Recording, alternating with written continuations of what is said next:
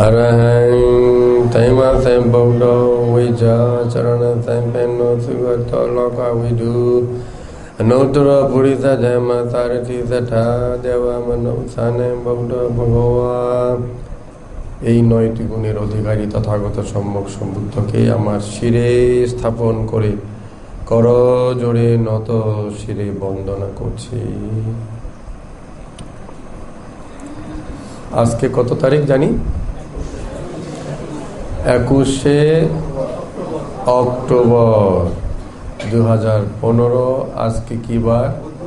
বুধবার। প্রবরণ আর কত বাকি? 7 দিন, 1 সপ্তাহ বাকি। আমাদের এখানে 28 তারিখই তো হবে। তাই প্রবরণার পূর্বের শেষ দেশনা, বর্ষাবাস 3 মাসের শেষ দেশনা, তাই না? তারপরেই তো পূর্ণিমা। জগতে জ্ঞানী, গুণী, শীলবান, সমাধি প্রজ্ঞাবান ব্যক্তির সাক্ষাৎ পাওয়া সত্যিই খুব দুর্লভ। এই কারণে আমরা যখন বন্দনা করি তখন সবসময় আমরা প্রার্থনা করি, কামনা করি যেন জন্ম জন্মান্তর বোকা, মূর্খ, অজ্ঞানী, শীলহীন, সমাধিহীন, প্রজ্ঞাহীন মানুষের দেখা না পায়। জন্ম জন্মান্তর যেন জ্ঞানী, গুণী, শীলবান, প্রজ্ঞাবান ব্যক্তির সাক্ষাৎ পায়, এটা আমরা কামনা করে থাকি। কিন্তু দুর্ভাগ্য, আমরা সব সময় পুণ্যবান ব্যক্তির সাক্ষাৎ পাই না। বাস্তবে কি এটা পুণ্যবান ব্যক্তির সাক্ষাৎ পেতে হলে অতীত কর্ম দরকার হয়, পুণ্যের দরকার হয়। যেমন ধরুন, ভগবান বুদ্ধের অগ্র মহাশ্রাবক সারিপুত্র এবং মোগলায়ন, এনারা 2 বন্ধু অতীত জন্ম থেকে, অর্থাৎ যদি অতীত গণনা করি 1 অসংখ্য কল্পকাল আগে থেকে তারা অগ্র মহাশ্রাবক হওয়ার জন্য যেহেতু কামনা করেছিলেন, সেই সময় থেকে তারা পারমি পূরণ করে আসছিলেন। পারমি পূরণ করে এসে 1 অসংখ্য কল্পকাল পূর্ণ হওয়ার পরে যখন ভগবান বুদ্ধ পৃথিবীতে উৎপন্ন হন, বুদ্ধত্ব লাভ করেন, তখন তারাও পৃথিবীতে এসে মানুষ হয়েছিলেন উপতিষ্য এবং কুলিত। উপতিষ্যা, কলিতা, এরা 2 বন্ধু হয়েছিল। আপনারা জানেন তারা 2 বন্ধু নক্ষত্র মেলা দেখতে গিয়েছিল। নক্ষত্র মেলায় হাজার হাজার মানুষ 7 দিন ধরে নাচ গান চলে। তারাও সেভাবেই নাচ গান দেখছিল। নাচ দেখতে দেখতে উপতিষ্যার মনের ভিতর ভাবনা জাগে, নরকঙ্কাল নাচছে। সুন্দরী মেয়েকে তার চোখে মনে হচ্ছে নরকঙ্কাল। অনিত্য ভাবনা তার মনের মধ্যে ঢুকছিল। অনিত্য ভাবনা ঢুকতে ঢুকতে সে ভাবতেছিল, এই যে এত লোকের সমাগম পিঁপড়ার মতো হাঁটতেছে, আগামী 50 বছরের মধ্যে এরা কেউ থাকবে না। বলেন তো, আমাদের মধ্যে এখানে আগামী 50 বছরের মধ্যে কে থাকতে পারে? না থাকার সম্ভাবনা বেশি। এখানে যদি 20 বছরের উপরে যারা আছে, যারা 20 বছরের উপরে, 50 বছর পর তাদের বয়স 70 হয়ে যাবে। তারা থাকলেও থাকতে পারে 2-1 জন। আমরা তো আর থাকবো না। এই যে আমরা যারা 50, 60, 40, 50, 60 যারা হয়ে গেছে, তাদের আর থাকবার সম্ভাবনা নাই। যেহেতু 40 হয়ে গেলে আগামী 50 বছর পর 90 বছর বাঁচবো, এটা কোনো রকমে সম্ভব নাও হইতে পারে। সুতরাং আমরাও আগামী 50 বছর পর থাকবো না। এই জ্ঞান কিন্তু আমরা পাই না, যেহেতু আমরা এত পুণ্যবান নয়। তাই ওনারা যেহেতু 1 অসংখ্য কল্প পারমি পূরণ করে আসছিলেন, তাই উপতিষ্যা যিনি ভাবি সারিপুত্র, তার অন্তরে এটাই জাগছিল, এই মেলাতে আসে এত লোক, 50 বছর পর কেউ থাকবে না, আমিও থাকবো না। সুতরাং এই অনিত্যতার মধ্যে আনন্দ কোথায় খুঁজে পাওয়া যায়? অনিত্য তো কোনোদিন আনন্দ নয়, দুঃখ। সুতরাং সত্যিকারের আনন্দ সুখ খুঁজতে আমাকে বের হতে হবে। বের হয়েছিলেন। তখন তার বন্ধু কলিতা, যিনি মুদগলায়ন, তাকেও তিনি পান। চলো দোস্ত চলো। আমিও তাই ভাবছিলাম দুজনেই বের হয়ে যায়। আপনারা জানেন এরা দুজন এখানে যায় ওখানে যায়, ওর কাছে শিখতে যায়, মনের মতো নয়, ওর কাছে শিখতে যায়, মনের মতো নয়। তারা যেটাই চায়, কি চায়? তারা নির্বাণ, কিন্তু নির্বাণ শিক্ষা কেউ দিতে পারছে না।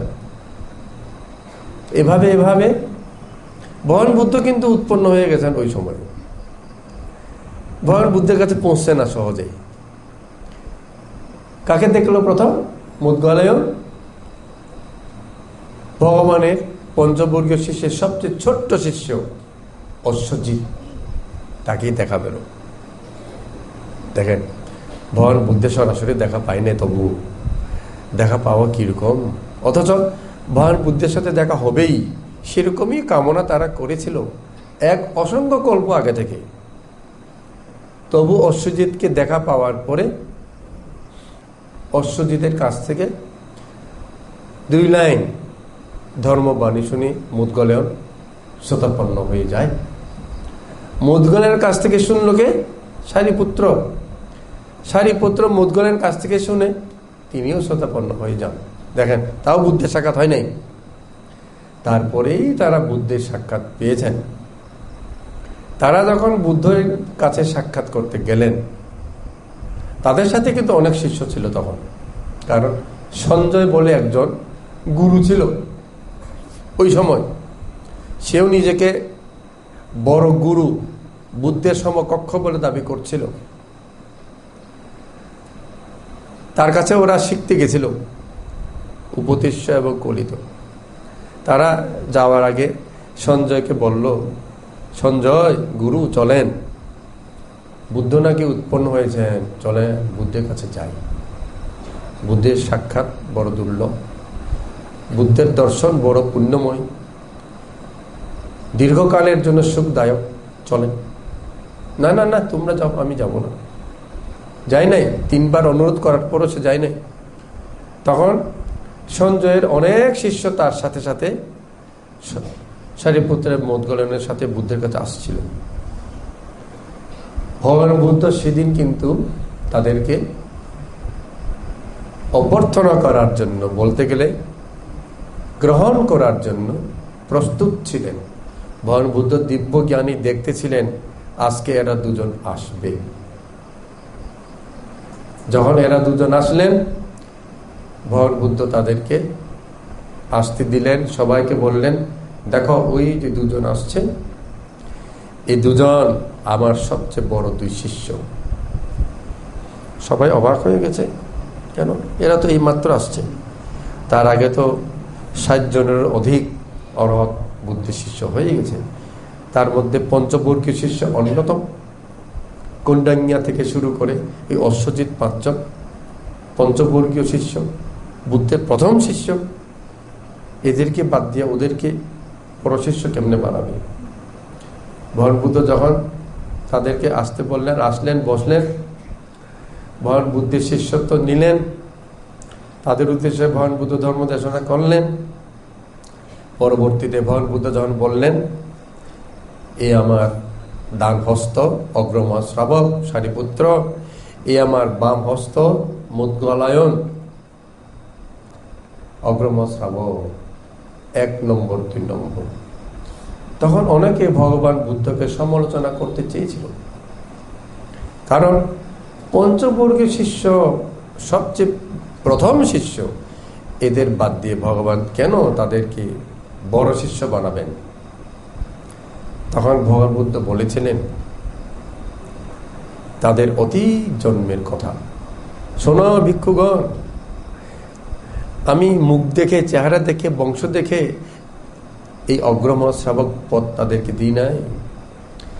এই অগ্রমহৎ হওয়ার জন্য এরা এক অসংখ্য কল্পকাল অগণিত জন্ম পারমি পূরণ করে এসেছে।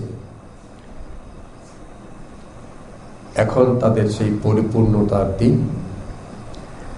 তখন তাদের অতীত জন্ম ভগবান বুদ্ধ পড়েছিলেন, দেশনা করেছিলেন তারা কিভাবে পারমি পূরণ করে আসছে। এই পথ পাওয়ার জন্য এত কাল পারমি পূর্ণ করার কথা ভিক্ষু সংঘগণ যখন শুনলেন, তখন ভিক্ষুগণ নীরব হলেন, ভগবান বুদ্ধের কথা গ্রহণ করলেন। তারা বুঝতে পারলেন ভগবান মুখ দেখে, বংশ দেখে তাদেরকে এই পদে আসীন করেন নাই। ভগবান বুদ্ধ পারমি অনুযায়ী, যোগ্যতা অনুযায়ী, যেহেতু তারা এক অসংখ্য কল্প আগে থেকে এই পদ পাওয়ার জন্য পারমি পূরণ করে আসছেন, তাই তারা এই পদ পেয়েছেন।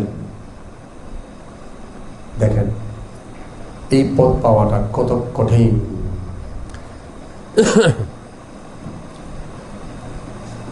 এভাবে ভগবান বুদ্ধের আরো অনেক অনেক শিষ্য ছিল।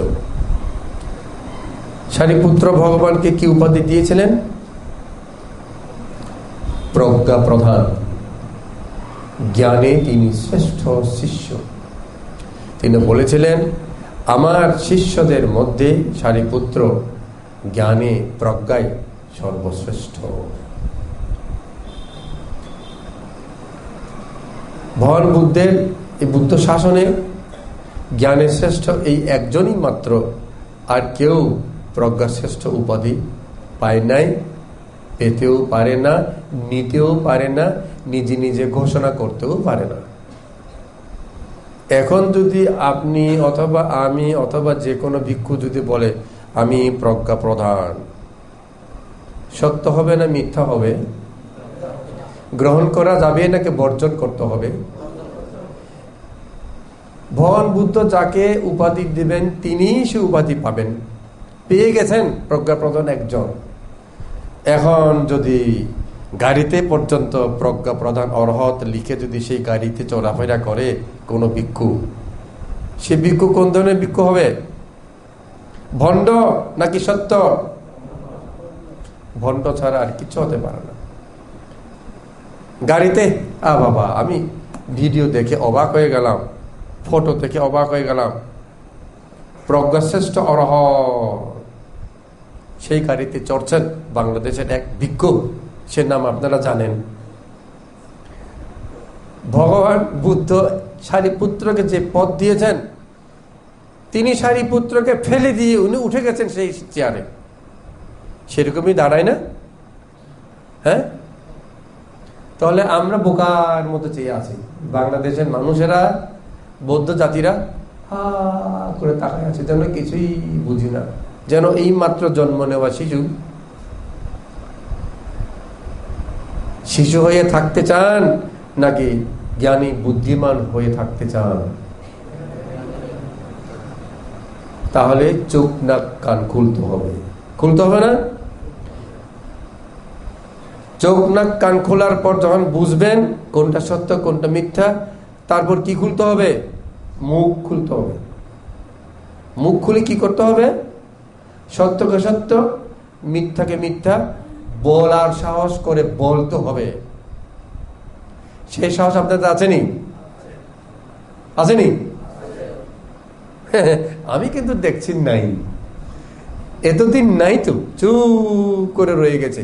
শুধু আপনারা, আমাদের পূজনীয় ভিক্ষু সংঘরাও চুপ করে বসে আছেন।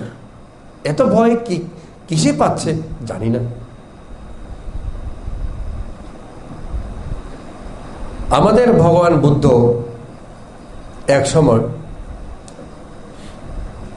ভিক্ষান্নে বের হয়েছিলেন। তখন রাস্তায় অনেকগুলো ছেলে পেলে দুষ্টামি করছিল। ছোট ছেলেরা, আমরাও ছোটকালে যখন খেলা করি, বালু নিয়ে ভাত তরকারি রান্না করি, মনে আছে? ওই যে ওখানে একটা আছে মানুক হয়, এটা আমাদের বাল্য বন্ধু, আমার এমনি বোন, কাকাতো বোন, বুঝছেন? বর্তমান রাজা আছে না, উচ্চভ্রু, ওনার বাবা আমাদের জ্যাঠা, তারই একজন মেয়ে মানুক হয়।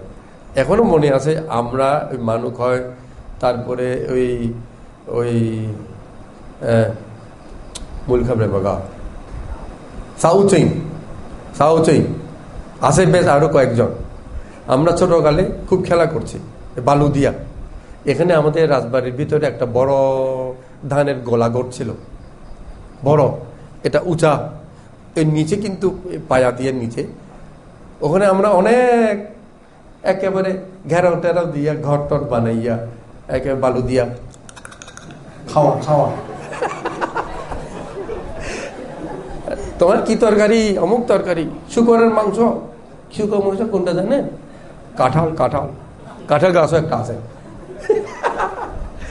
কি সুন্দর তখন দিনগুলা। ওই কাঁঠাল ওটা নিয়ে শুকর কাটি, শুকরের মাংস খাইছে। ও এরকম ছেলে কতগুলা ওই দিন খেলা করতেছিল আমাদের মতো। ভগবান বুদ্ধ শিষ্যে যখন ভিক্ষানে বেরোয় আসলেন, ভগবান বুদ্ধকে দেখে তাদের শ্রদ্ধা হলো। তাদের মধ্যে অন্যতম একটা ছেলে শ্রদ্ধা হয়ে, যেহেতু তারা রান্না করছে যে বালু তরকারি, বালু ভাত, সে বালু এক মুঠো নিয়ে ভগবান বুদ্ধের সাবেকে ঢেলে দিল, দান করলো। আমি হলে কিন্তু নিতাম না, বলতাম যে আমার সব নষ্ট হয়ে যাবে, ভিতরে যদি কোনো ভাত তরকারি থাকে নষ্ট হয়ে যাবে না, বালু দিলে ফেলে দিতে হবে না। ভগবান নিয়েছেন, নেওয়ার কারণও আছে। ভগবান বুদ্ধ দিব্যচক্ষুতে দেখেছেন এই ছেলেটায় ভবিষ্যতে আমার পরিনির্বাণের 200 বছর পরে, যখন 217 বছরে রাজা অশোক আসবে এই পৃথিবীতে বুদ্ধ ধর্ম প্রচার করার জন্য, তখন এই ছেলেটাও জন্ম নিবে। রাজা অশোক বৌদ্ধ ধর্মকে সারা বিশ্বে প্রচার করার আগে বুদ্ধের ধাতু আবিষ্কার করবে, যেটা রাজা অজাতশত্রু সংরক্ষণ করে গিয়েছিল।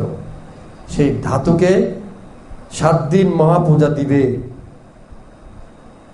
এই মহাপূজার ফলে সারা বিশ্বে বুদ্ধের ধাতু পূজা শুরু হবে, ভগবান বুদ্ধের পূজা শুরু হবে, জাতি পূজা শুরু হবে।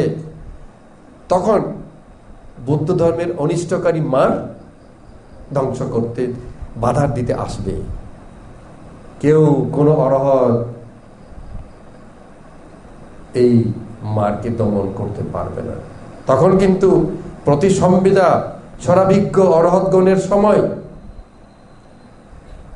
মাটি ভেদ করে যেতে পারে, আকাশ পুড়ে যেতে পারে, অদৃশ্য যেতে পারে, একজনই 1000 জন রূপ ধারণ করতে পারে। এই ধরনের সরাভিজ্ঞ অরহত আছে। প্রতিসংবিদা অর্থ হলো যে এমন অরহত তাদের বই পড়তে হয় না। যখনই যতই প্রতিসংবিদার অরহত হয়, অশিক্ষিত হোক শিক্ষিত হোক, ত্রিপিটক তার আপনি মুখস্থ হয়ে যায়। ত্রিপিটকের প্রত্যেকটা শ্লোক গাথা তার মুখ থেকে অনর্গল বের হতে পারে। তাদেরকে বলে প্রতিসংবিদা অরহত। ওইরকম অরহতের যুগ। তবুও মারকে দমন করতে কেউ পারবে না। বর্মুদ দেখলেন এই ছেলেই ওই সময় জন্ম নিয়া মার দমন করবে। তাই ভগবান বুদ্ধ ভবিষ্যৎবাণী করেন, এই ছেলে আগামীতে মার দমন করে মার বিজয়ী অরহত বলে খ্যাত হবে। তিনি সত্যি সত্যি মার বিজয়ী হয়েছিলেন। আপনারা সেটাও জানেন। রাজা অশোক যখন 7 দিন ধাতু পূজা দিলেন, মার একেবারে অসন্তুষ্ট। আবার ভগবান বুদ্ধের জন্ম নতুন করে জাগবে নাকি দেখি আমি, সে আক্রমণ করতে আসছিল বিভিন্ন রূপ ধারণ করে। হিংস্র ষাঁড়, বাঘ, হাতি, বিভিন্ন ভাবে। এটা গল্পটা অনেক সুন্দর, আজকে সেটা বলার উদ্দেশ্য নয়। তখন এই মার বিজয়ী উপগুপ্ত তিনি দমন করেছিলেন। এই মার বিজয়ী উপগুপ্তই বুদ্ধের সাহিত্যে, বৌদ্ধ ধর্মের ইতিহাসে একমাত্র অরহত যিনি মার দমন করেছেন, মার বিজয়ী। এই ভগবান বুদ্ধের দেওয়া এই উপাধিকে যদি অন্য কোন ব্যক্তি ভিক্ষু যদি দখল করে নেই, তাকে চোর ডাকাত না বললে কি বলবেন আপনারা? সাধু বলবেন নাকি চোর ডাকাত বলবেন? ভণ্ড চোর ডাকাত। কত কষ্ট করে এই উপাধিটা পেয়েছে, পারমে পূরণ করেই পেয়েছে, যে এমনি পাই নাই। ভগবান বুদ্ধ যতদিন এই টাইটেল না দিবেন, ও ধরনের টাইটেল কেউ গ্রহণ করতে পারে না। এখন একটু আগে যে ভিক্ষু সারিপুত্রের আসন দখল করেছেন, সেই ভিক্ষুই, একই ভিক্ষু আবার মার বিজয়ী হয়ে উপগুপ্তের আসনও দখল করেছেন।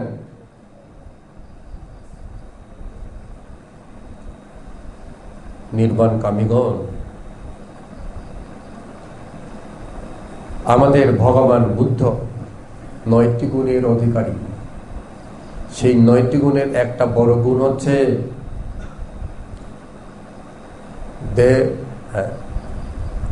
আরহাং সাম্মা বুদ্ধ উচ্চাচারণা সম্পন্ন সুগাত লোকবিদু অনুত্তর পুরুষ ধম্ম সারথি সত্তা দেবা মনুষ্যনাং বুদ্ধ ভগবান। 9টা না? সেখানে সত্তা দেবা মনুষ্যনাং, তিনি দেব মনুষ্য পূজ্য গুরু। দেব মনুষ্য যত আছে তাকে পূজা করে, আর ভগবান বুদ্ধকে ছাড়া কাকেও গুরু মানে না, তার চেয়ে বড় কেউ নাই। দেব মনুষ্য পূজ্য ভগবান বুদ্ধ একজনই। সেখানে যদি সেই ভিক্ষু বলে বড় বড় পোস্টারে দেব মনুষ্য পূজ্য, তাহলে ভগবানের টাইটেল তিনি আবার নিয়ে ফেললেন না? দেখেন তো কত বড় স্পর্ধা। ভগবানের টাইটেল পর্যন্ত কেড়ে নিয়ে ফেললেন, দেব মনুষ্য পূজ্য লিখলেন। আমি আগে বিশ্বাস করি নাই, পরে যখন এইসব লিফলেট, কাগজপত্র, ভিডিও, বই সেখানে লেখা আছে। তাছাড়াও আরো কতগুলো জিনিস দখল করেছে। সেটা হলো ভগবান বুদ্ধের সময় মহাকাশ্যপ বলে একজন ছিলেন, গৃহী, নাম ছিল তার পিপ্পলি। পিপ্পলি গুহা আপনারা গেলে পাবেন, রাজগৃহে সপ্তপর্ণী গুহাতে উঠবার পথে এদিকে পিপ্পলি গুহা। তার মানে আমাদের পিপ্পলি অরহত মহাকাশ্যপ ধ্যান করেছিলেন। এই মহাকাশ্যপ তিনি 1,00,000 কল্পকাল পারমি পূরণ করেছিলেন একটা উপাধি লাভ করার জন্য। সেই উপাধিটা হলো ধূতাঙ্গ শ্রেষ্ঠ। 13টা ধূতাঙ্গ তিনি পালন করেছেন। তাই ভগবান বুদ্ধ এই মহাকাশ্যপ অরহতকে ধূতাঙ্গ শ্রেষ্ঠ অরহত বলে উপাধি দিয়েছিলেন। ভগবান বুদ্ধ তার ধূতাঙ্গ আচরণ সাধনাকে এতই প্রশংসা করেছিলেন যে একসময় তিনি মহাকাশ্যপের কাঁধে যে চিবর ছিল, এই চিবরটা, এই মহাকাশ্যপ আমাকে দাও। উনি মহাকাশ্যপের চিবরটা নিয়ে, যেটা পাংশকুল চিবর, মাটি থেকে কুড়াই কুড়াই বানাইছে যে ওই চিবর, আর ভগবান বুদ্ধের উৎকৃষ্ট চিবর ওনাকে দিয়েছিলেন। তখন ভগবান বুদ্ধ এবং মহাকাশ্যপের এই চিবর বদলা বদলি, এই যে মহা একটা ঘটনা বৌদ্ধ সাহিত্যে, ভগবান বুদ্ধ শিষ্যের চিবর পড়েছে বলে ইতিহাসে নাই।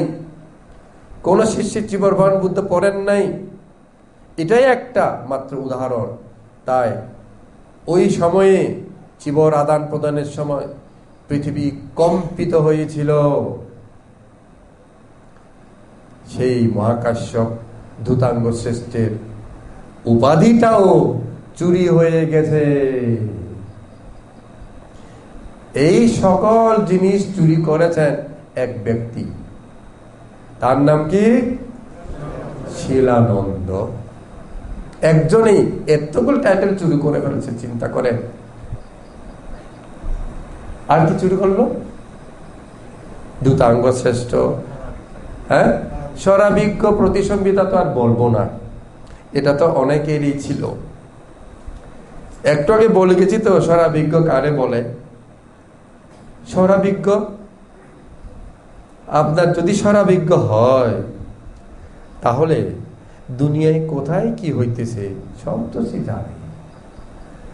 প্রতিসংবিতা প্রাপ্ত অরহৎ ভগবান বুদ্ধের মতো জ্ঞান না হলেও এই যুগে যদি কেউ হয়, এ তো পৃথিবীর মাটির নিচে কোথায় কি ধনী, কোথায় কি খনি আছে, কি সোনা রূপা আছে, এটা পর্যন্ত জানবে। ওই মঙ্গল গ্রহে কি আছে এখান থেকে বসে সব বলে দিতে পারবে। আপনার নারী ভুঁড়ি শুধু নয়, আপনার অতীত 100 জন্ম, 200 জন্ম, 1000 জন্ম, লক্ষ জন্ম বলে দিতে পারবে। জন্ম কি কল্প, হাজার হাজার কল্প অতীতের কথা বলে দিতে পারবে। হ্যাঁ, কি বড় চোখ। একবার ওইরকম একজন ভিক্ষু ছিল বুদ্ধের সময়, বুঝছেন, ওর নতুন বুড়াকালে ভিক্ষু হয়েছে, কিন্তু চেহারা টেহারা খুব সুন্দর, নাদুস নুদুস, সবাই তারে মনে করে অনেক বড় বা হয়েছে বলে মনে করে। হচ্ছে তখন বেড আসছে, ভগবান বুদ্ধকে প্রবরণা হয়ে গেলে ওয়া বাংলা যাইতো গুরু দর্শনে, ও গেছে, আরো অন্যান্য ভিক্ষুরাও গেছে। ও কিন্তু সারিপুত্র মুদগলের কথায় আছে, খোঁজ নিয়ে বন্দনা করতেও যায় নাই। ও একেবারে হলঘরের মাঝখানে বসে আছে, মনে হয় যেন কোনো একটা খুব সিনিয়র ভিক্ষু, বড় ভিক্ষু বলে মনে হয়। যখন অন্যান্য ভিক্ষুরা আসে, দূর থেকে অনেক অরহৎ আসে, তখন কোন ভিক্ষুর সাথে সে কথাবার্তাও বলে না। সে এমন করে থাকে যে মনে হয় যেন সে খুব ওয়াও বড় অরহৎ, সেরকম ভাবে। তাই বহিরাগত ভিক্ষুরা তাকে সিনিয়র মনে করে বন্দনা করে। বন্দনা করলে সে মানে বন্দনা গ্রহণ করে আর কি। অথচ তাদেরকে বন্দনা করা উচিত ছিল।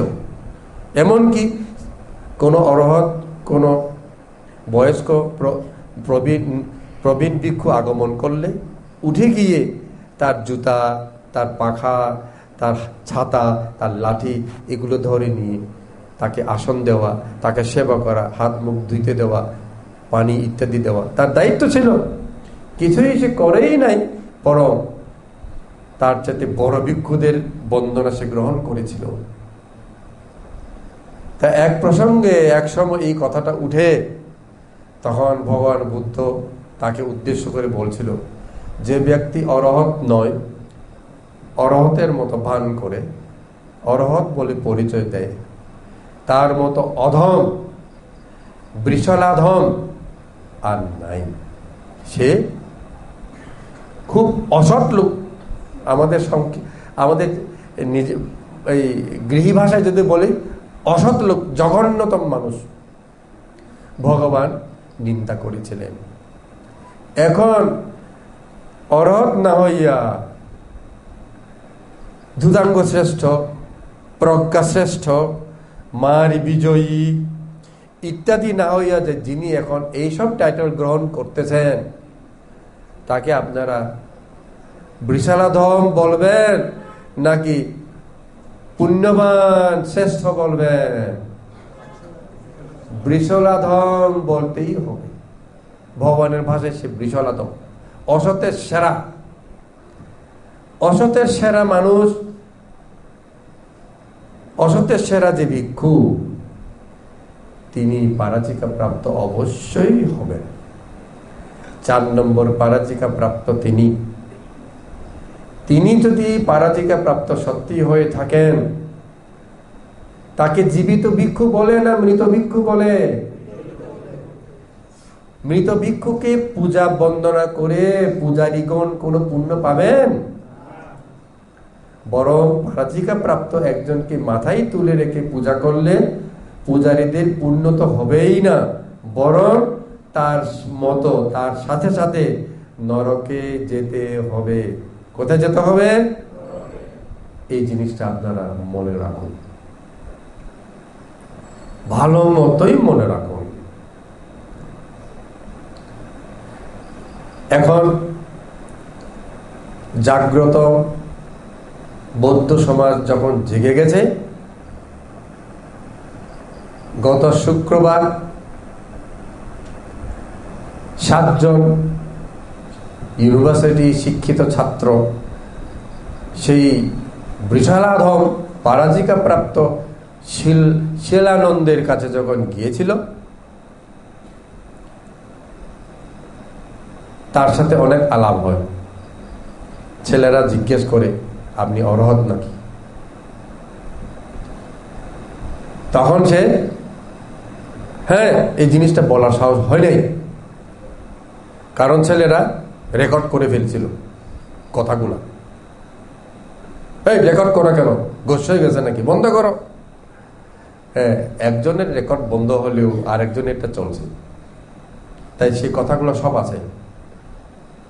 সে হ্যাঁ না কিছু বলে নাই, কথাটা ঘুরেছে।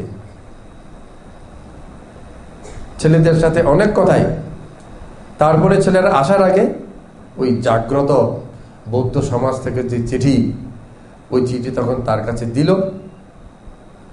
আচ্ছা, সে যদি পরিচিত বিজনন জ্ঞান অথবা দিব্য শক্তি যদি থাকতো, অরহত হলে তো থাকার কথা, তাহলে ওই চিঠিতে কি লেখা আছে জানবে না? চিঠিতে ছিল তাকে গালি, ওকে তুমি তুমি সম্বোধন করে গালি দেওয়া লেখা ছিল। সে এটা কি তোমাদের প্রার্থনা? হ্যাঁ, বানতে প্রার্থনা। আচ্ছা, তাহলে রাখো। প্রার্থনা মানে ওকে, ওর কাছে লোকজন তো এরকম চিঠি নিয়ে আসে, বানতে আমাকে সুখ দেন, ধন দেন, দীর্ঘায়ু দেন, নির্বাণ দেন, প্রার্থনা করে তো বোকা মানুষেরা।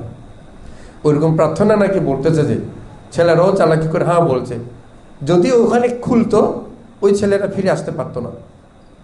যেহেতু ওখানে গালি খুললে, যেহেতু গালি সে দেখবে, লোকদেরকে ডেকে বলবে ওদেরকে মারো, কারণ তো মারার অভ্যাস তার আছে। আবুর খেলে একটা জায়গা দখল করতে গিয়ে মারছে না? আপনি আবুর খেলে লোক শুনছেন না? একটা দোকান ছিল, যে একটা লোকের দোকান ও জোর করে দখল করছে না সন্ত্রাসী দিয়া, ঠিক নেই? হ্যাঁ, ঠিক তো? এই ওই স্বীকার করতেছে উনি আবুল খেলেন মানুষ। সে সন্ত্রাসী কাজ করতো না, যদি তার, সে যদি অরহত হইতো আর কি। এখন তার যদি সে দিব্য জ্ঞান থাকতো, ওই ভিতরে কি লেখা আছে কিন্তু সে জানতো। জানে না বলে কি বললো, আচ্ছা রাখো, ঠিক আছে রাখো। ছেলেরা তো গুরুদের নাম ডাকতেছিল, বুদ্ধের নাম ডাকতেছিল। আজকে আমরা ফিরতে পারবো নাকি, নাকি মার খাইয়া আজকে থাকতে হবে এখানে? চিঠিটা যেহেতু খুলে নেয়, চট করে বের হয়ে তারা চলে আসছে। তাদের ওখানে সিএনজি ভাড়া করা ছিল। ওই চিঠি যখন খুলে সে দেখলো, তুমি নিজেকে মার বিজয়ী দাবি করেছ, তুমি নিজেকে ধূতাঙ্গ শ্রেষ্ঠ দাবি করেছ, তুমি নিজেকে প্রজ্ঞা শ্রেষ্ঠ দাবি করেছ, তুমি এই দাবি করেছ, সব মিথ্যা দাবি করেছ। এটা তুমি মহাকাশ্যপের জায়গা দখল করেছ, সারিপুত্রের জায়গা তুমি দখল করেছ, তুমি বড় চোর, এগুলি লেখা ছিল, এগুলি লেখা ছিল। মাথা ঘুরে গেল তার। তারপর সে কি করলো, তার শিষ্যদেরকে ডাকলো মোবাইল ফোনে, বললো এরকম এরকম ব্যাপার, এখন কি করা যায়। এই এখন প্রত্যেক দিন তার ওখানে মিটিং হচ্ছে। সেই শুক্রবারের পর থেকে তার গুরু, প্রবজ্জা গুরু লোকানন্দ চিরকম পাথরঘাটায় থাকে। ওনার কাছে ওই জাগ্রত বৌদ্ধ সমাজের কিছু নেতৃবৃন্দ গেছিল, আপনার শিষ্য এরকম করতে চায় ভান্তে, আপনি কি বলেন? উনি যে দাবি করতেছেন, তার আরো কতগুলো অদ্ভুত দাবি ছিল। অদ্ভুত দাবি এই যে এই বইয়ের মধ্যে আছে। এই দাবিটা পড়ে শোনাইছে তার গুরুকে, লোকানন্দকে, যে আপনাদেরকে আমি একটু পড়ে শুনে, আপনি দেখছেন বইটা? আছে আপনার? আছে? আছে? আপনার দরকার আছে বইটা? আপনার দরকার না থাকলে একটু আমাদেরকে পাঠিয়ে দেন। একটু দরকার, আবার আপনাকে ফেরত দেবো আমরা। এটা পড়েছেন আপনি? তাহলে পড়েন নাই, তাহলে রাখছেন যে, দাঁড়ান।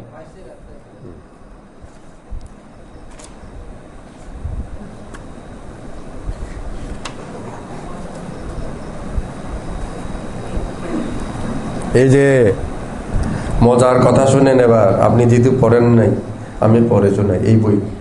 এই বইয়ের নাম দূতাঙ্গ ভান্তের ত্যাগময় জীবন ও ধর্মছায়া, প্রথম খণ্ড। এই যে 102 পৃষ্ঠা, 18 নম্বর কবিতা, তার জীবনী। হ্যাঁ, দেখছেন? 2500 বর্ষ পরে মানব কুলে নবজন্মের তরে। তার মানে 2500 বছর পর মানব কুলে আবার জন্ম নেওয়ার জন্য কে জন্ম নেবে? পূর্ব জন্মে গৌতম বুদ্ধ।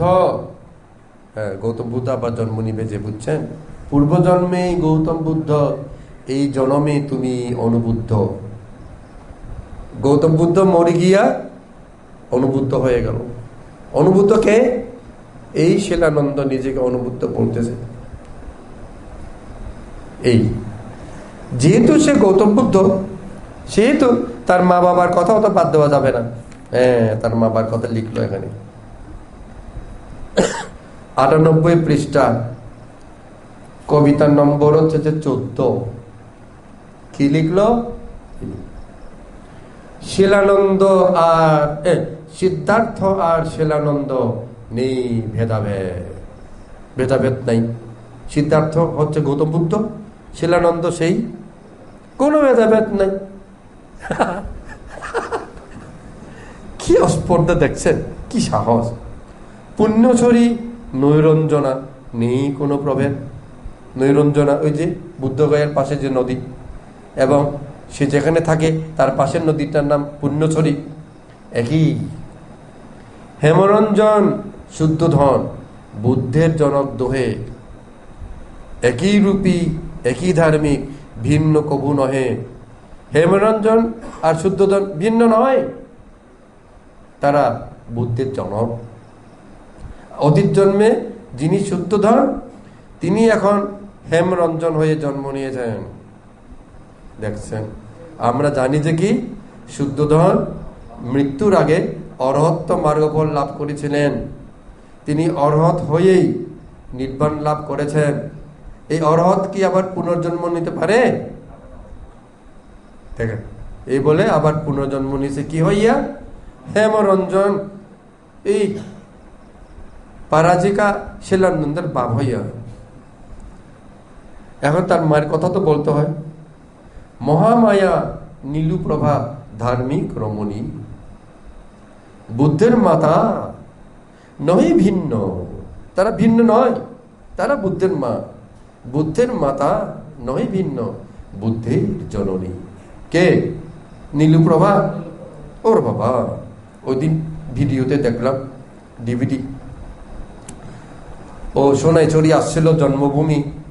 নীলুপ্রভাকে মানুষের চাইতে উঁচা একটা প্ল্যাটফর্ম বানায় বসাইছে ওখানে।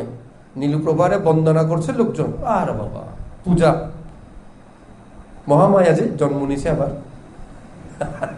হ্যাঁ, বুদ্ধের মহামায়া জন্ম নিয়েছে যে নীলুপ্রভা হইয়া বন্দনা করতেছে লোকজন, উপহার দিচ্ছে। বলেন তো, এইসব কথা যদি বিদেশে চলে যায়,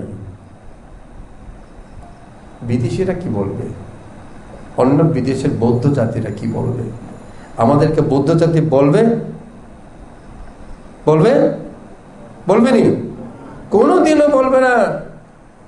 এরা বুদ্ধিস্ট নয় বলবে। যদি বুদ্ধিস্ট হয়েও থাকে, শুধু নামধারী বুদ্ধিস্ট, এরা পাগল ছাগল ছাড়া কিছু না বলবে। হ্যাঁ, আবার নিজের কথা আবার আসছে। গৌতম বুদ্ধ অনুবুদ্ধ এক সর্বকালে। অনুবুদ্ধ তো সে, গৌতম বুদ্ধ তো গৌতম বুদ্ধ, তারা এক, ভিন্ন নয়। উফ, যে আগে একটু আগে বলছে না, গৌতম বুদ্ধ মরে গিয়া সে জন্ম নিছে, তাই এখানে এসে বলতেছে এক সর্বকালে। বুদ্ধ গয়া সংগ্রাসরী খ্যাত ইহকালে। এই বর্তমান কালে চংড়াছড়ি হচ্ছে যে বুদ্ধগয়া। তাহলে আপনাদের খাগড়াছড়ি মাইশছড়ির কাছে না এটা চংড়াছড়ি? হ্যাঁ, ও দিঘির নেলাতে।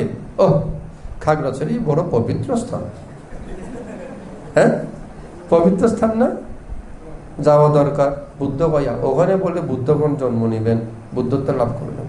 মনে রাখুন, পৃথিবীর যে কোনো স্থান যতই উন্নত হোক ধর্মের দিক দিয়া, বুদ্ধগয়া হতে পারে না।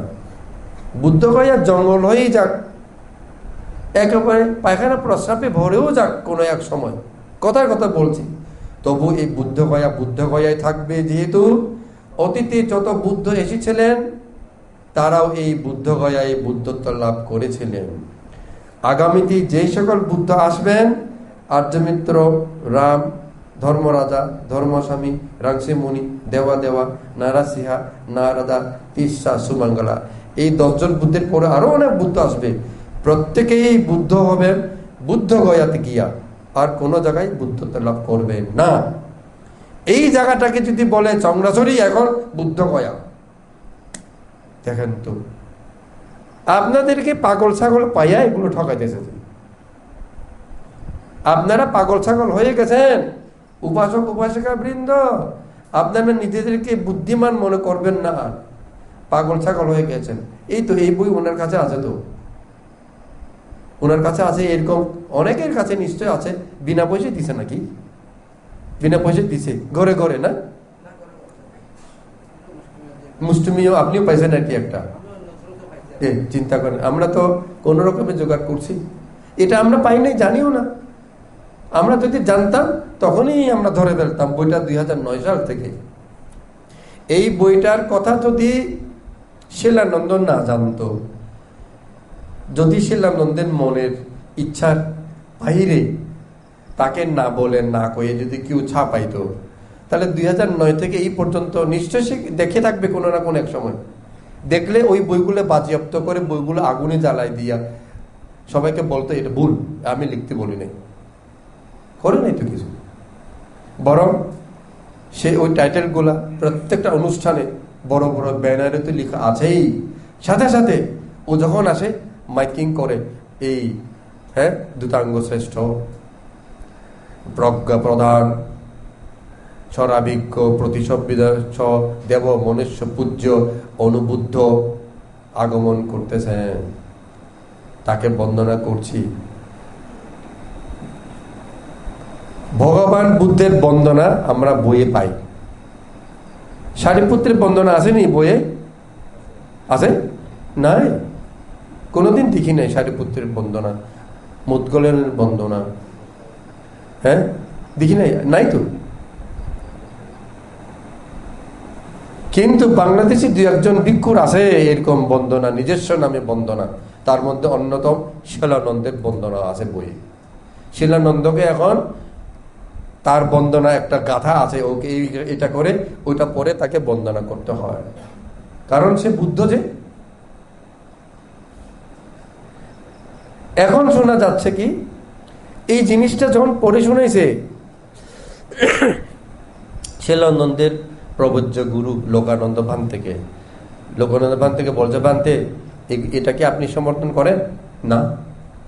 গৌতম বুদ্ধ কোনোদিন শিলানন্দ হইতে পারেন না। না, কাগজ নিয়ে গেছে আমার ওরা না। বুদ্ধের মা তার মা নীলপ্রভাকে হইতে পারে না। বুদ্ধের বাপ তার বাপ হইতে পারে না। সংরাচরী বুদ্ধগয় হইতে পারে না। হ্যাঁ, উনি নিজে অস্বীকার করছেন। তারপরের দিন নাকি কোন দিন ঠিক আমি বলতে পারি না, আমাকে ফোনে বলছে মনোজ বাবু ভান্তে গুরু, সে লোকানন্দ তার শিষ্য শিলানন্দের কাছে গেছিল, গিয়া ফিরে এসে আমাকে এই বলছে যে এই লোকানন্দ গিয়ে নাকি বলছে, তুমি নিজেকে অরহৎ অনুবুদ্ধ এই সেইগুলো বলছো না। আমি তো বলি নাই। দেখেন এখন সে নাকি বলতেছে আমি বলি নাই। ও আমার শিষ্যরা লিখছে যে ওরা বলছে যে, দেখেন তো, ধরেন আমাকে যদি কেউ বলে, বানতে আপনি নিজেকে এলএলবি অনার্স এলএলএম দাবি করেননি। আপনার শিষ্যরা কয় যে আপনি নাকি ম্যাজিস্ট্রেট ছিলেন, জজ ছিলেন, এলএলবি অনার্স এলএলএম। আমি যদি মিশা হইতাম অন্য কথা বলবো। কি বলবো? আমি তো না হই, আমি বলবো। হ্যাঁ তাহলে কি বলবো? হ্যাঁ আমি ম্যাজিস্ট্রেট ছিলাম, তো আমি এলএলএম পাস, তো দেখান না, বলে দেখাবো না সার্টিফিকেট। এখন অর্হত দাবি করতেছে, অনুবুদ্ধ দাবি করতেছে, তার গুরু যখন জিজ্ঞাসা করছে, অস্বীকার করছে, মানে কি সে অর্হত নয়, অনুবুদ্ধ নয়, কোনো কিছুই নয়। সে যদি অর্হত হয়, অনুবুদ্ধ হয়, হ্যাঁ, তার যদি এইসব গুণাবলী ও উপাধি যদি থাকে, তার গুরুকে বলো না, গুরু ভয়ের কিছু নাই, আমি প্রমাণ করে দেব। তো বলো না, আমি প্রমাণ করে দেব গুরু, আপনার চিন্তার কিছু নাই, তাই না? প্রমাণ তো সে করতে পারবে না, যেহেতু সে তো সব ভুয়া, ভণ্ডামি, প্রতারণা। তার গুরুকে বলছে। এখন তার গ্রামের লোক, সে এখন শিষ্যদেরকে গালিগালাজ করতেছে, হ্যাঁ তোমরা এগুলো আমার নামে কি কি করছো? এখন আমি তো, আমাকে তো পারাজিকা বলতেছে, ওই কাগজে পারাজিকা লেখা ছিল। তখন ওই তার ভক্ত ওরা বলছে, আচ্ছা বানতে পারাজিকা, আপনি তো কেমনে পারাজিকা হয়েছেন? যে পারাজিকা কেমন হয়েছে না হয়েছে, এখানে লিখছে তো এরকম, এই বইয়ে লিখছে তো, ত্যাগময় জীবন বইয়ে। আমি তো কিছু জানি না ত্যাগময় জীবন এই বইটা সম্পর্কে। দেখেন এখন বলে যে কিছু জানে না, তার সে সৎ সাহস নাই, কারণ সে অর্হত নয়, কিছু নেই। আমার সবচেয়ে বেশি চিন্তা কি জানেন? দুইটা। এক হচ্ছে যে সে নিজে নরকে যাবে, সাথে সাথে যারা নিরীহ, যারা পুণ্য কামনা করছে, ও তো বুদ্ধ, জ্ঞানও নাই, হ্যাঁ বুদ্ধ মনে হয়, অনুবুদ্ধ মনে হয়, এই মনে হয় বলে তাকে গিয়া পূজা দিচ্ছে। ওই শ্রদ্ধাবান লোকদের শ্রদ্ধাকে পুঁজি করে সে লোকদের থেকে দান, টাকা পয়সা এগুলো সে সংগ্রহ করতেছে। চোর, বুদ্ধির ভাষায় এরা মহাচোর, এই চুরি করতেছে, ডাকাতি করতেছে। ওই লোকদের কোনো পুণ্য তো হবেই না, ওকে তাদের পথ নির্দেশক গুরু মানতে গিয়া তার পিছনে পিছনে তারাও নরকে যাবে। এটাই একটা আমার খুব দুঃখ, ভয়। এক আরেকটা ভয় আছে, বাংলাদেশের বাইরে যেসব দেশ এই কথা শুনবে, তারা অবশ্যই আমাদেরকে বলবে, তাহলে বাংলাদেশে বৌদ্ধ ধর্ম নাই, থেরাবাদ নাই, আমাদেরকেও তারা বিদেশে গেলে ছোট মনে করবে। ওখান থেকে আসছে, গৌতম বুদ্ধ জন্ম নিছে যে ওই দেশ থেকে তারা, তখন আমাদেরকে বলবে, এ তো আপনারা সেই দেশে থাকেন, কোথায় ছিলেন আপনারা? শুনেন নাই গৌতম বুদ্ধ জন্ম নিছে? আমি বলবো শুনছি। অনুবুদ্ধ জন্ম নিছে শুনছি। কি করেছেন? আমার মুখ তখন প্লাস্টার বাঁধা, কিছু তো করি নাই। তখন আমরা নিজেরাই ছোট হয়ে যাব, ওই বিদেশে বৌদ্ধদের কাছে আমরা ছোট হয়ে যাব। আমরা তাকে পারাজিকা জেনেও কিছু বলি নাই, তার মানে সমর্থন করেছি, নীরব সমর্থন। আমাদেরও দোষ তো থাকবেই, সাথে সাথে সারা বিশ্ব আমাদেরকে খুব ছোট মনে করবে। আর একটা ভয় আছে জানেন, এটা নিকায়গত, যে যারা আমার শিষ্য এরকম মনে করতেছে, তারা হয়তো মনে মনে চিন্তা করতেও পারে, বলা যায় না, ও আমার শিষ্য, তো এখন তো ওকে একটু রক্ষা করা দরকার, যেহেতু আমার শিষ্য। এইভাবে যদি কোনো ভ্রান্তে আমার শিষ্য, আমি তার গুরু, এই চিন্তাধারায় তাকে যদি রক্ষা করার জন্য তার পক্ষ অবলম্বন করে যদি কিছু বলে, তাহলে কি হবে বলেন তো? কি হবে? ওই ভিক্ষু যিনি তার পক্ষে অবলম্বন, তার পক্ষে গিয়ে বলবে, তাকে আপনারা গ্রহণ করবেন না বর্জন করবেন? হ্যাঁ, দেখেন ওই ভ্রান্তেরাও বর্জিত হয়ে যাবে। এখন যদি উনি যদি বড় সিনিয়র ভিক্ষু হইয়া যদি ওই রকম পাওয়ার অ্যাপ্লাই করে যদি বলে, এই বিচার দরকার নেই, আমার শিষ্য আমি দেখব, এরকম বলে যদি বিচার আচার যদি না করে রেখে দেয়, আস্তে করে যদি সেটাকে মিটমাট করে ফেলে, সঙ্গরাজ দলের এই সুনাম, অতীত সুনাম সারমেতা মহাথেরো যে আরাকান আখ্যাপ থেকে এসে ধর্মকে শুদ্ধ করেছিলেন, এই ধর্মের আলো, তাদের এই সঙ্ঘের আলো যদি এভাবে এই দুরাচারী, মিথ্যাবাদী, প্রতারক, পরাজিকা প্রাপ্ত শেলানন্দকে রক্ষা করতে গিয়া যদি তার পক্ষ অবলম্বন করে চুপ হয়ে যায়, সেই সুনাম কি থাকবে? সংঘরাজ দলের সেই সুনাম কি থাকবে? সংঘরাজ দলের প্রতি এই নিরীহ মানুষের ভক্তি শ্রদ্ধা থাকবে? সংঘরাজ দলকে এই গৃহীরা গ্রহণ করবে না বর্জন করবে? তখন সমস্ত নিকায় বর্জন প্রাপ্ত হবে। এটা আমি খুব চিন্তা করছি, হতে দিতে চাই না। সুনামটা অক্ষুণ্ণ রাখা উচিত। তাই সেই সকল প্রবীণ ভিক্ষুদের প্রতি, মহাথেরোদের প্রতি করজোড়ে আমি বন্দনা করে বলতে চাই, বান্তেগণ, আমার শিষ্য এই বলে মিথ্যাকে সাপোর্ট করবেন না। সত্যকে সত্য বলে আপনার নিকায় দলটাকেও রক্ষা করুন, বুদ্ধ শাসনকেও রক্ষা করুন, নিজেকেও রক্ষা করুন। ঠিক না? ঠিক না?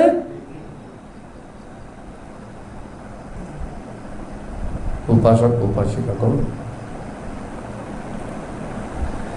বাংলাদেশে আমরা এই বৌদ্ধ জাতি বড় অসহায়। থাইল্যান্ড, বার্মা হলে এক কথা ছিল। থাইল্যান্ড, বার্মায় যেহেতু বৌদ্ধ রাষ্ট্র, সেখানে ধর্মীয় ভিক্ষু কাউন্সিল আছে। ভিক্ষু কাউন্সিলের বিচার করার জন্য আলাদা কোর্ট আছে। এরকম ঠকানো কিন্তু বার্মাতেও হয়। এরকম ঠকাইলে সাথে সাথে তাকে ডেকে তাকে বলে, তুমি অর্হত দাবি করলে দেখাও। ওইরকম ঘটনা ঘটেছে। যখন প্রমাণ কিছু দেখাতে পারে না, তখন তার জীবন খুলে দেয়। তুমি পারাজিকা আর গৃহী, তুমি আর ভিক্ষু হিসেবে থাকতে পারবে না। পারাজিকা মানে তো মৃত, ভিক্ষু আর থাকবে কেমনে? তুমি যাও, তাকে সাদা কাপড় পরে ছেড়ে দে, সাধু হইয়া থাকলে থাকতে পারো। এরকম অনেক হয়েছে। আমাদের বাংলাদেশে যেহেতু রাষ্ট্রীয়ভাবে সেরকম কোনো সমর্থন নাই, সেহেতু সত্যি আমরা একটু দুর্বল, এটা অস্বীকার করতে পারবো না। কিন্তু আমার শিষ্যকে আমি গুরু কেন শাস্তি দিতে অথবা তাকে দমন করতে অথবা শিক্ষা দিতে পারবো না? আমার শিষ্যকে আমি কোনো প্রশ্রয় দেব? তাই সেই সকল গুরুভান্তেদের প্রতি আমার প্রার্থনা থাকবে, আপনার শিষ্যদেরকে শিক্ষা দিন, দমন করুন, শাসনকে রক্ষা করুন, সত্যকে সত্য হিসেবে তুলে ধরুন, এই নিরীহ সাধারণ মানুষকে উদ্ধার করুন। না হলে আমরা বাংলাদেশের লোক ডুবে যাব, বৌদ্ধ শাসন ডুবে যাবে, সব কিছুই ডুবে যাবে। আমাদের বাংলা ভাষায় একটা প্রবাদ আছে, নৌকাতে একটা মাছ পচে গেলে নৌকার সমস্ত মাছই পচে যায়, তাই না? তাহলে একজনের কারণে আমরা সবাই দুঃশীল বলে সারা বিশ্বে পরিচিতি লাভ করব, আমরা সবাই পারাজিকা প্রাপ্ত বলে মনে করবে। তাই উপাসক উপাসিকা বৃন্দ, সময় আসছে, এখন সময় আসছে চুপ করে থাকার নয়, প্রতিবাদ করার সময় আসছে, সত্যকে সত্য, মিথ্যাকে মিথ্যা বলার সময় আসছে। আমার মতো তার মতো দুঃশীল ভিক্ষু যদি হয়, বর্জন করতে। দুঃশীল হলে অসুবিধা নাই, আমি মাথায় রাখবো। তাহলে আপনারাও নরকে যাবেন, ডুবে যাবেন। তাই অসৎকে অসৎ, সৎকে সৎ, সৎকে রক্ষা করুন, অসৎকে বর্জন করুন। এটাই হতে হবে এখন আমাদের নীতি। ঠিক বলছে না ভুল বলছে? তাই নিজেকে রক্ষা করুন, বুদ্ধ শাসনের রক্ষা করুন। এতটুকু দেশনা দিয়ে আজকে আমি শেষ করছি। আপনারা সবাই ভালো থাকুন, সুখে থাকুন, নিজেকে রক্ষা করতে সক্ষম হন এবং পরিশেষে এই বুদ্ধ শাসনের বিশুদ্ধ করণের কাজে নিজেকে আত্মনিয়োগ করে যে পুণ্য লাভ করবেন, এই পুণ্যের ফলে আগামীতে আপনাদের নির্বাণ লাভ হোক।